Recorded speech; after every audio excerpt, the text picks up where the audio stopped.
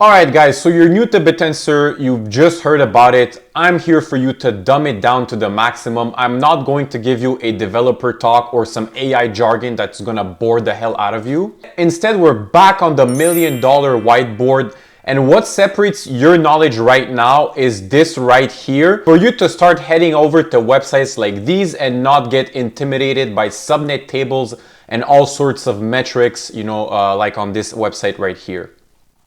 So let's start by a very easy definition and just the foundation. So if you see this definition somewhere, I'm giving you $500 because nobody explains Bittensor like that.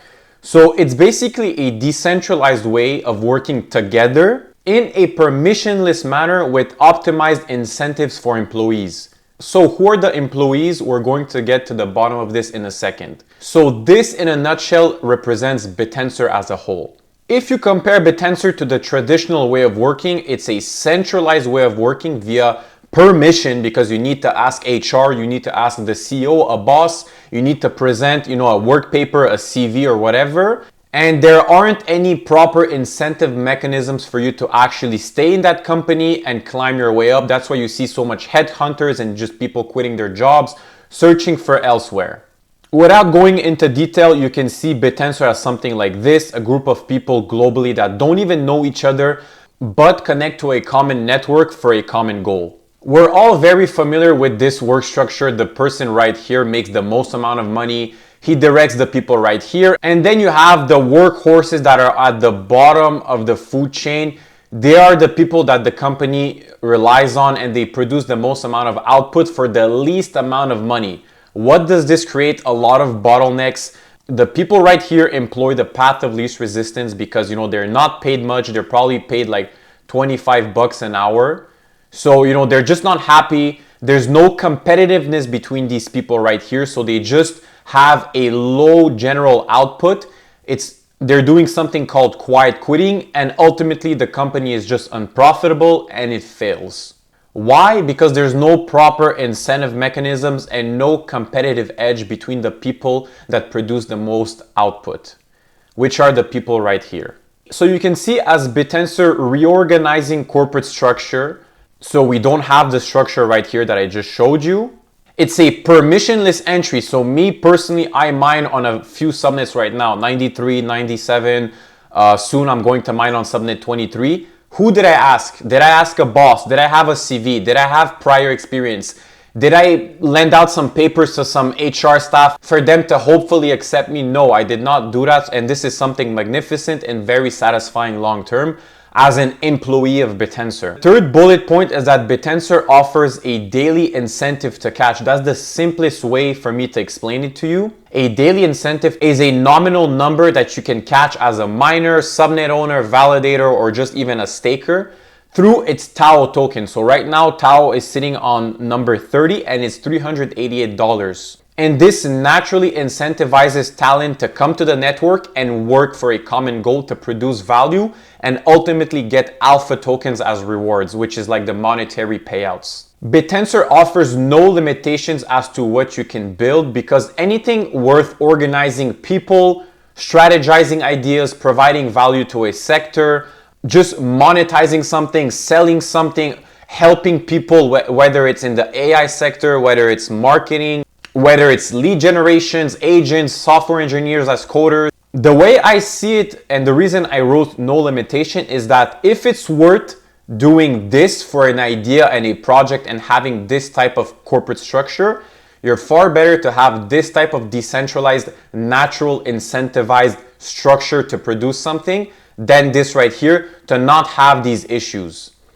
So that's why when I say there's no limitations, anything that has a market, that has a market product fit, that it's worth selling, that it's worth it for you to advance humanity, you can build on with the Bittensor framework. When you launch a subnet, it's the users that decide if your subnet is valuable through its alpha token price. And it's up to the subnet owner, or you can say the company owner, to actually translate to the masses what he's actually offering. How is he going to make revenue? How is he going to buy back the alpha token for his stakers and things of that nature?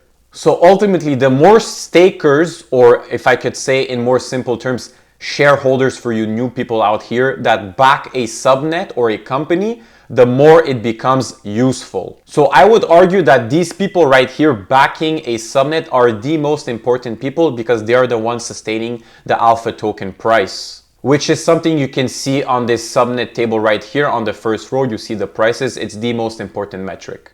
All right, so this picture right here is super important for you to understand because it represents a decentralized, natural way to incentivize people that do not know each other to participate in a subnet or a company for a common goal, which is the subnet success, everybody to get emissions, to get paid, and just the overall subnet or company to move forward and upwards. So this picture right here represents this paragraph right here. And this paragraph right here with the traditional way represents this picture right here with all these little issues that I just mentioned. That we do not have with this structure right here, which is Bittensor in a nutshell. And as you can see, I'm still explaining this video without any technical jargon or AI BS talk. This video is designed to bring on the masses to Bittensor and understand why the heck should Bittensor be useful and why the heck should the token price go up. That's the most important question. If the proxy token, which is Tao, doesn't go up, Bittensor is literally useless. So we are going to use a school analogy. As you can see, school director are the subnet owners, or you can call them company owners. So anybody wanting to start a company can be considered a subnet owner. So in this graph right here, we have the most expensive company on Bittensor, which is called Shoes. We have the second one, which is called Ridges. All of these peoples have founders, have CEOs, they have LLCs behind these subnets. You can kind of picture it like a company. It's not the same thing, but just for a beginner premise, it's going to help you out to understand. They decide on which subject the subnet will work on, all right? They are the ones figuring out the initial setups for the validators, for the miners, maybe not the stakers, but for these two partners, they actually code the whole setup for them and post it open source on GitHub for miners and validators to be able to read this, go through these files, which has a lot of code on each file, for them to be able to register on the Bittensor network following the subnet's subjects and their main rules. Thirdly, each subnet has a roadmap that is generally outlined on this website right here, subnetalpha.ai. Or you can go to that subnet's specific Discord channel and you can see the pinned messages right here.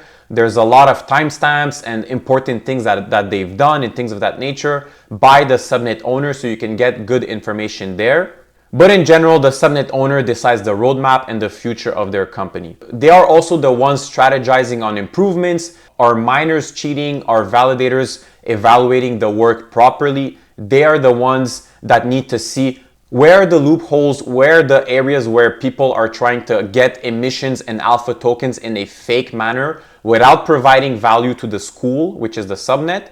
And it's up to them to figure out a new code to actually improve that. Secondly, you have what's called the validators, which are like the teachers. And these guys, what they do, they run a bunch of code on a terminal and they check the work of the miners, all right? So they check the work and they give grades just like teachers. So obviously validators are incentivized to check the work properly. And if one validator checks the work of a miner and just grades him in a way that doesn't make sense compared to other validators, he is going to lose a lot of points. He's not going to get a good teacher score, if you can say. That's why I wrote unified grading, because in general, because of the way Bittensor works in UMA consensus, all validators kind of need to be in sync and intact with what is considered good work and what is considered bad work. And super important for you to understand, if in the future you want to be a validator, it's only the top 64 validators by stake weight that are allowed to validate and earn emissions to check the work of miners.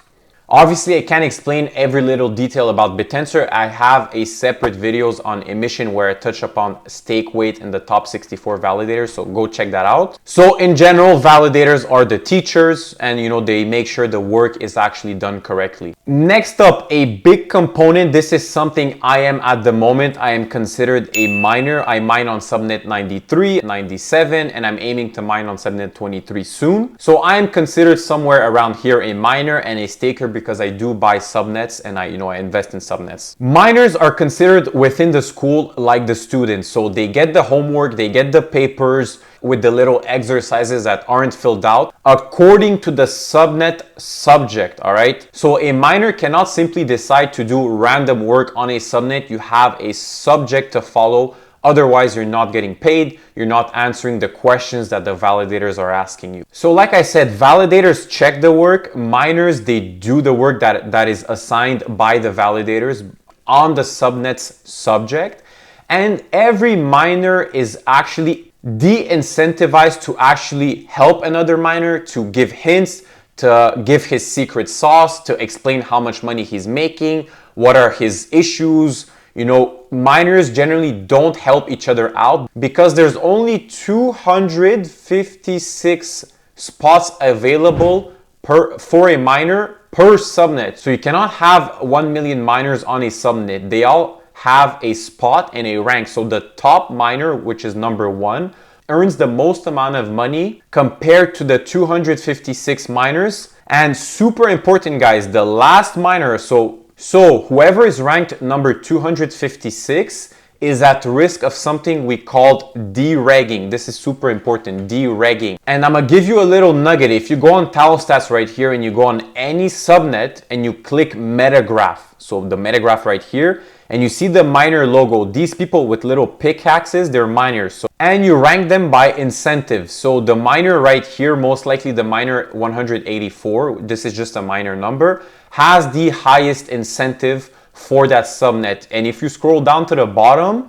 to 256, this miner is at a risk of getting deregistered. As soon as another miner pays the registration fee, which isn't that much, the last miner gets kicked out and the new miner becomes something we call an immune miner for a specific period of time. So he's going to be ranked 256 and it's up to him to actually climb up the ranks and gain more incentive, which is tracked right here, to climb up the ranks. That's why these miners, they fight against each other. It's normal, but ultimately that's why I wrote this. It improves the products, because when miners actually compete against each other and they all want to be number 1, they actually need to submit work, right? That's why I told you they're students.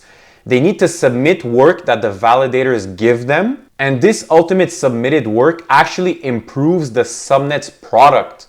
So for example, if a subnet is tasked to predict financial markets, like what is the price of Bitcoin tomorrow, the miners need to submit actual pricings in the future. And the subnet owner, aka the school director, gathers that miner data, and it's up to him to package it into something interesting to sell it. And this natural, hateful competition between the miners is actually what improves the data. And these miners don't even know each other, but they're fighting to dereg themselves and they're fighting to climb up the ranks. It's a ruthless world, but this is how Bittensor works in a nutshell.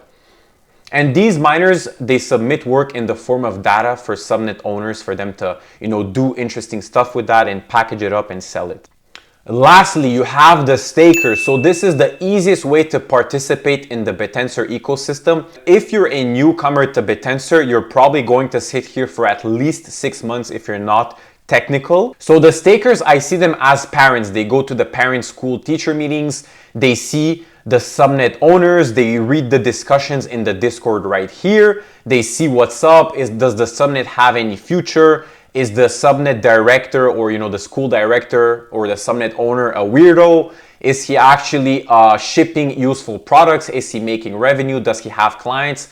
These are the things the stakers are checking to actually put their Tao tokens into alpha. So they exchange Tao tokens for alpha tokens, and this causes a price surge. So if you don't have any stakers or parents backing the subnet and buying their alpha token, their alpha token is just going to bleed out slowly, and the subnet is going to lose a lot of rankings, into this table right here, and you're not gonna have proper methods to pay, the validators, the miners, and even the stakers with APY. And if you want to be a staker, I wrote right here. If you want to be a staker, I wrote right here validator staking, because as a staker, you don't directly communicate to the subnet to actually put your Tao tokens. You need to go once again to this website right here, TaoStats. I have plenty of videos on how to buy, subnet tokens. And you need to communicate to a validator hotkey, put your tokens there, and he's going to stake in that subnet that you chose for you. That's why I wrote validator staking, because you stake through a validator always. So the parents, they stake through the teachers stake on that subnet. You're not going to have miners getting paid much and they're going to leave, and you're not going to have good subnet data and subnet products. So the subnet is just going to die out, similar as to how a company becomes unprofitable right here. And it either deregs or whatever. It's like an endless loop of positivity or an endless loop of negativity. Let me give you a live example of what the payouts currently look like, because I showed you Bittensor is priced at $390. Let me show you how it looks like. There's 7,200 alpha tokens emitted per day to these people right here. So 18% of 7.2K goes to the subnet or the school director. 41% of 7.2K goes to the miners. 41% split between the stakers and the validators goes to these people right here. So if we take the average alpha price, so all of these subnets combined, they have an average price of 0.0082 Tao. So 7.2K times that price, times a rough average of $400 per Tao daily, times a year.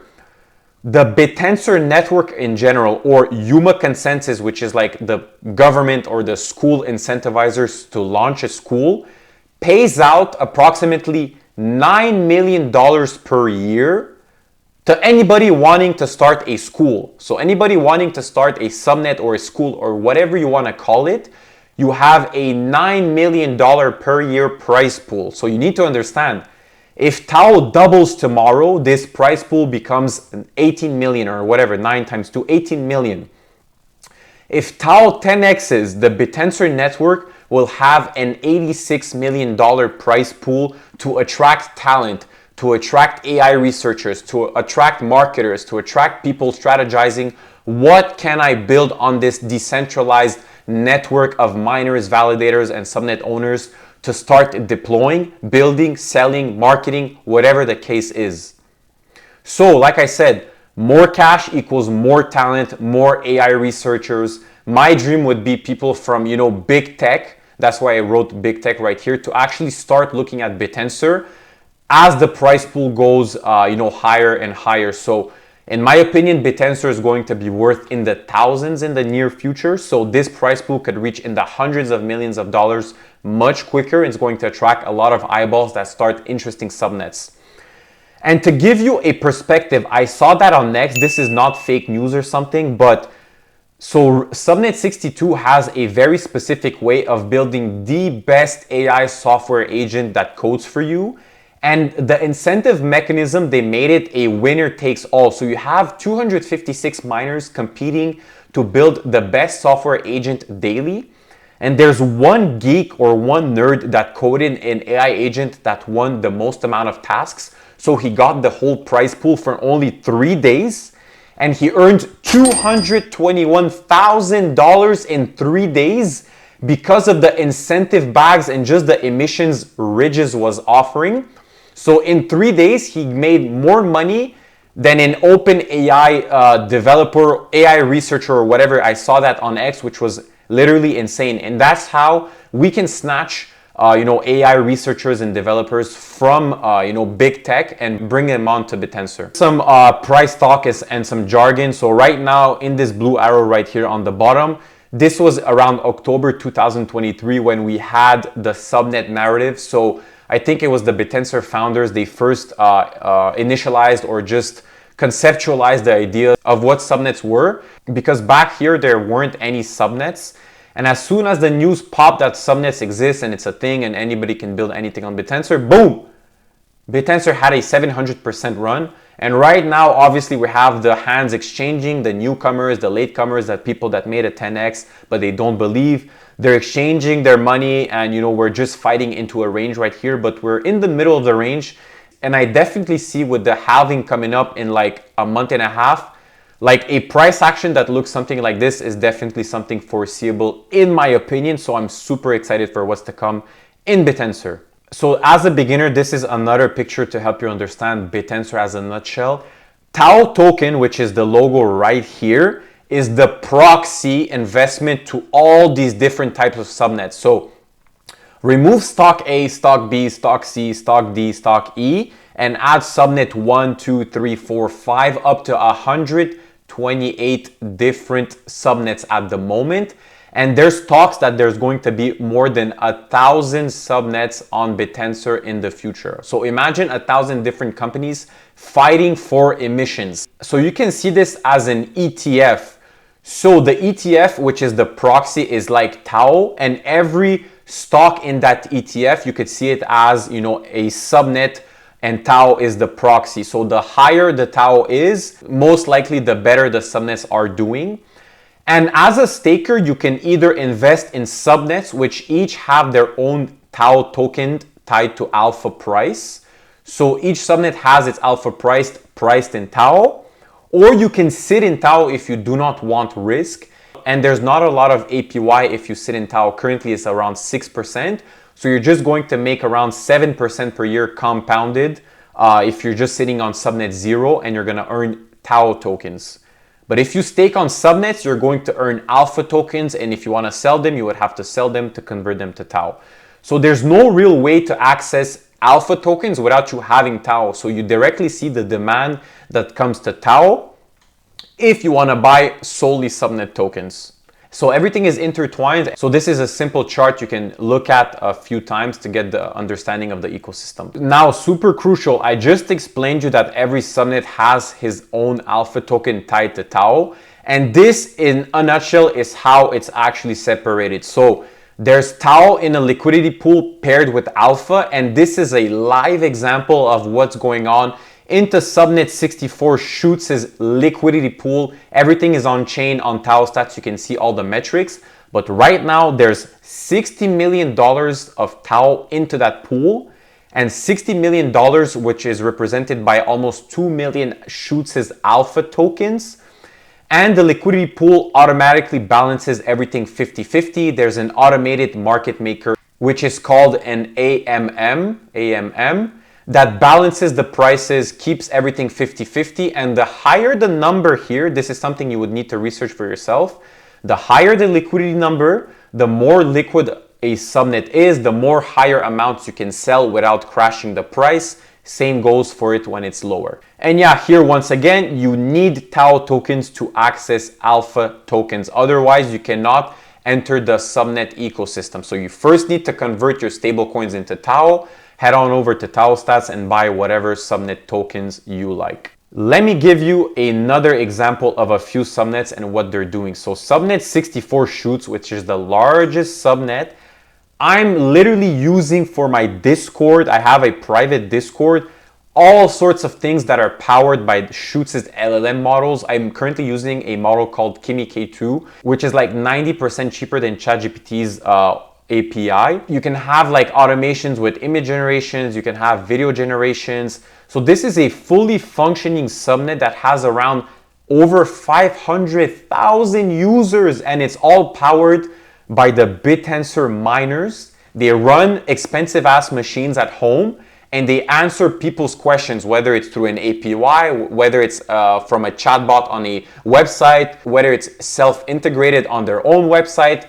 So these are the main topics that Shoots, provides to users. And, there's even businesses using Shoots' product to sell or integrate into other businesses and making a living off of that. So this is huge, guys. It's a fully functioning company that is worth 0.09 Tao at the moment per alpha token. So you also have Subnet 23, where you can tweet to mine on X, and you have the teachers, like I mentioned up here, the teachers.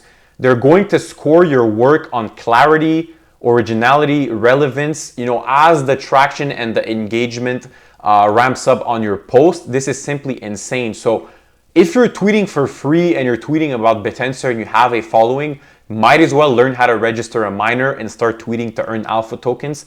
There was a guy who showed his miner dashboard and he actually earned 0.7 Tao in a few days just by tweeting. I think he has like 5,000 followers. Then you have Ridges, like I showed you. They have, you know, this system of building the best AI agent that's actually going to be integrated into a coding ID, something that looks like this. You're going to have your AI agent, which is powered by Ridges and the Ridges' miners. And you know, this is literally insane. It's a winner takes all method. So every day they run challenges and there's only one person gaining emissions. It's one of the few subnets that implemented that because they wanted maximum ruthlessness, like I said. And the miners, they're just beating themselves up to get to number one. And there's a person, I actually checked on the metagraph. So like I said, I'm gonna give you another nugget. You click on the metagraph, you scroll down, boom, you press shift, and then you scroll with your mouse key daily here, you click on it. There's people earning, you know, hundreds of alpha tokens per day, you know, with Ridges. And if you just do 83 times the Ridges price, which is approximately this, times the Tao price, 400, there's people earning 2.5K a day just by mining on Ridges. It's literally insane. The top miner actually earns 75K a month right now on Ridges. So you can see there's some serious intelligence to grab. There's some serious, you know, people to actually start deploying their talent on Bittensor because the numbers are actually pretty substantial. And Subnet 50 miners right now, they submit predictions. For example, how much will Bitcoin be tomorrow? And they have all sorts of dashboards that are completely open source for all types of traders, options traders, leverage traders, you know, spot traders, you know, prediction markets and things of that nature that you can go on their website and look at their dashboards that have been submitted by their miners, and they've made it completely free just for people to go on their website and see what their miners are building. And on this subnet, the top miner who has the best prediction strategy on 4 assets like Bitcoin, Ethereum, gold, and I think there was another one, he earned $250,000 since the month of May. Everything is on chain. You can check on their website, but there's a guy that earned $250,000 just for submitting price predictions on assets that the subnet is going to use to actually build a product, package something, and sell it to like external companies or like monetize their API or whatever. So right here is just a picture of different kinds of subnets, and you can see interesting metrics right here, like the price, their, you know, how their price is moving, the market cap, the volume. And if you click shift and you scroll your arrow key, you're going to see other different types of metrics like ADR, V3, things of that nature. And you know, just like subnet sentiment. And this is a table you need to really get familiar with. That's why I called it your gold mine. And this is just an example if you're very new to Bittensor, like the kinds of subjects and subnets people are actually building upon right now. So you have people that provide liquidity, you have people that are tailored into sports prediction, you have people that are simply like decentralizing the Bittensor ecosystem and you need to run a full archive node. So you earn tokens to run a node. And these are the subnet numbers. You have people, you have miners that actually help people, businesses, companies that have a lot of videos to compress their videos, improve their quality to go from SD to HD. This is Subnet 85. You have subnets that are specialized in all sorts of scraping. So you have general scraping, you have real estate scraping, you have another AI scraper right here.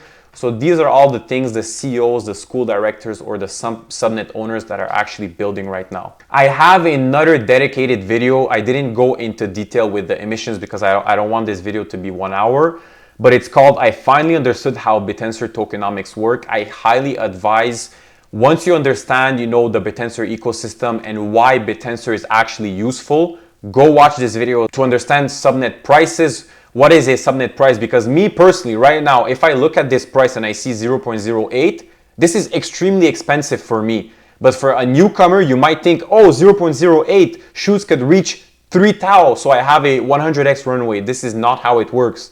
The emission percentage here, right here, you need to understand what it means. Is it a lot? Is it not a lot? And this video is going to help you out to understand minimum and maximum, floor prices of subnets. So, there are actually endless possibilities to building on Bittensor. Anything that is worthwhile, that is going to help humanity, that is worth it for people to get together and work in a new fashion with an incentive bag tied to it, you basically need an idea. So anybody has an idea, the first thing he's going to do is look at the incentive bag. He's going to go like, let's say he's very techie and very knowledgeable. He's going to say like, there's 8.6 million up for grab right here. Let me start a subnet and try to get a portion of that 8.6 million. So this is what attracts talent. And initially when you get your idea, you need to have some kind of incentive. And there it is right here, folks.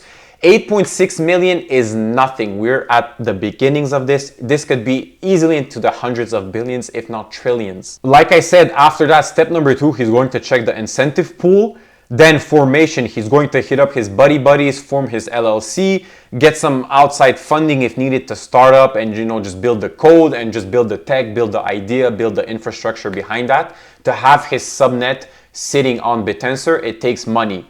And then you already have the framework in place, which is Bittensor and Yuma consensus, the way we get paid as miners, validators, subnet owners, and stakers. The framework is there. Then the players connect. So you have the miners that connect, you have the validators that connect, you have the actual subnet owner with his idea that is connecting. So boom, we're connected. We don't even know each other, but there's one common goal. There's a GitHub code. There's a thing we need to do. And there's emissions that are up for grab, and we're ticking against other subnets, other miners. It is really ruthless.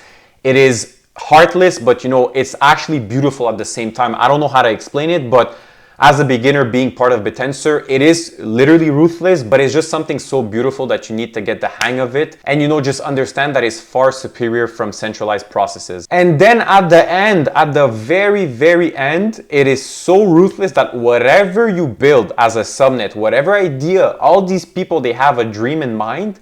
It's up to the stakers, that I call them right here, don't forget, the stakers or the parents, to actually back the subnet, because that's why I wrote market decides. It's actually up to the subnet investors to say, is this subnet owner actually translating to us simply what he's doing? Is he going to make revenue? And is he in line with my pockets for me to put my Tao tokens that I worked so hard for and place them into his alpha pool and buy his alpha tokens, which is ultimately going to push the price of his subnet up, which is going to increase the emissions percentage, which is going to pay out more resources to the miners, validators, subnet owners to build better products. Like I said, it's an endless loop. Everything is permissionless. Nobody knows each other. It's global, like the first picture I showed you right here. We don't even know each other. We could be, on the other side of the world, but actually connected to the same network and improving the subnet together. And it's decentralized by nature. So what I mean by decentralized is that miners, they have a lot of expenses. Validators, they have a lot of expenses. Subnet owners, they have a lot of expenses. So when everything is decentralized and you're aiming to climb up the ranks, like I mentioned, the 256 miner spots, you need to optimize your electricity cost. You need to optimize your server cost. You need to optimize the VPS you buy. You need to optimize your code. You need to optimize your submittings. You need to optimize whatever you're running to have the least amount of expenses to actually produce something valuable and get a high net profit. And you can directly see how the reason why it's decentralized and we don't know each other as miners is the exact opposite of the structure right here, where people in the bottom, which are like the miners, this is a centralized miner right here, and they're just quiet quitting. They don't have an incentive bag to go through. They don't compete against each other. These people, they do not compete against each other, and their salary stays the same, 25 bucks an hour. But if you're here on a Bittensor framework as a miner, you can actually get like thousands of dollars per hour. So you won't have any low output. You won't have no competitiveness. You're gonna do your best every day and every time. And ultimately, indirectly and naturally, this is going to produce a high company output and not a low company output. This is the exact way that I see Bittensor. Right now, if you're a beginner, this is the only thing that's separating you from going onto a website like this and exploring all the different tabs, which are not intimidating to me right now, but there's a lot of stuff to go through. When you look at something like this, I know how to read it, I know what it means, but there is a learning curve. It took me about 1 or 2 months to learn all of this. And if you see these types of metrics like here, reserves over injected, Tao injected versus reserves, all these percentages, root proportion, stakers, this and that, there is a learning curve. But for you to properly invest in subnets, understand this whole drawing that I did for you, rewatch this video like 3 times, and then head on over to TaoStats.io and Tao app and make your way into understanding this ecosystem, every button, what it does, every tab, every this, every that. And then after you have sat on root for like a month or 2 or even 3, you're gonna be able to pour some research into subnets in a more strategic way. If you want more guidance, I have a private Discord channel. The community is growing very fast. I have all these different Bittensor tools that I'm building right now for our subnet success, and we're just exchanging a lot of nuggets, a lot of alpha between the people in this group. So don't hesitate to join this group if you want more assistance, just chatting with us in general.